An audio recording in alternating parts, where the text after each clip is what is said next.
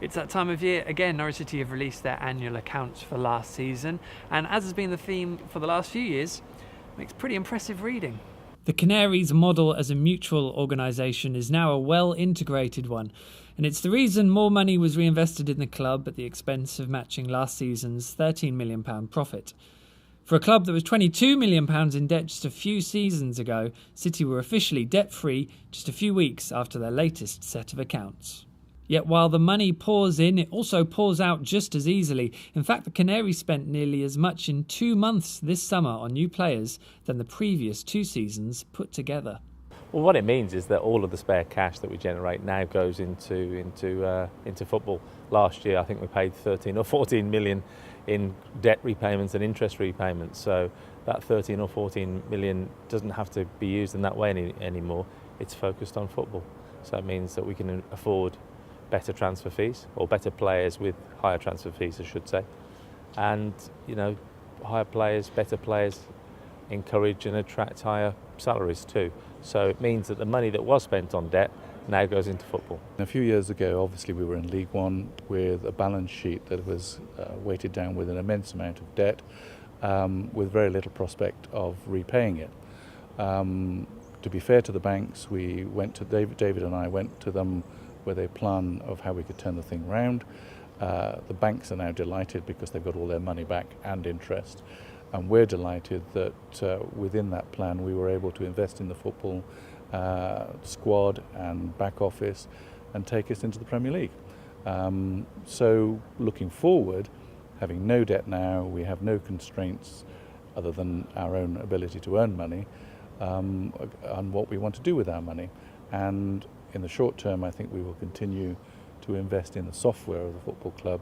That is in terms of the academy, the football team and the transfer windows. In the midst of a 3rd season in the Premier League, Carrow Road redevelopment was expected to be on the agenda. But for now, the Canaries hierarchy are in no mood to turn down investment on the pitch for more seats beside it. Last year, if you came 20th in the Premier League, you still received £42 million. If you become bottom this year, never win a game, you'll still receive £64 million. And for every position above that you finish at the end of the season, that's another £1.25 million. And put that into context, our second largest revenue earner after broadcasting rights from the Premier League is gate receipts, which is around £11.5 million. So crucial. So you can see why managers feel they're under pressure, boards feel they're under pressure.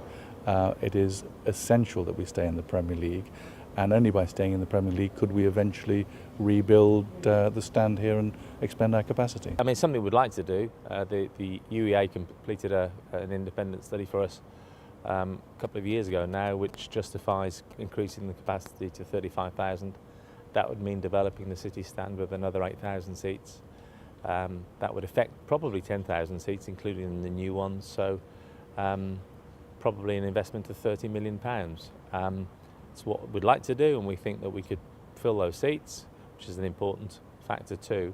But at the moment, we don't have a spare 30 million. We think that it's more important to invest out there on the pitch in players, and that we can foresee for the next couple of years at the very least. City have matched almost every target set for them over the last 5 years, and once again there are clear aims for the current campaign.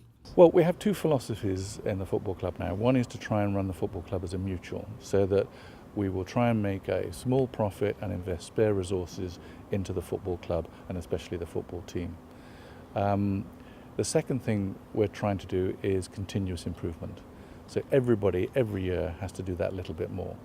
And so our first year in the current session of being in the Premier League, we were 12th, then we were 11th, so we would expect to be 10th. Of course, the key thing about the figures in this booklet is playing in the Premier League. And the thing that Norwich City need to make sure is that come the next set of accounts, they're still in the top flight. Michael Bailey, Mustard Sport.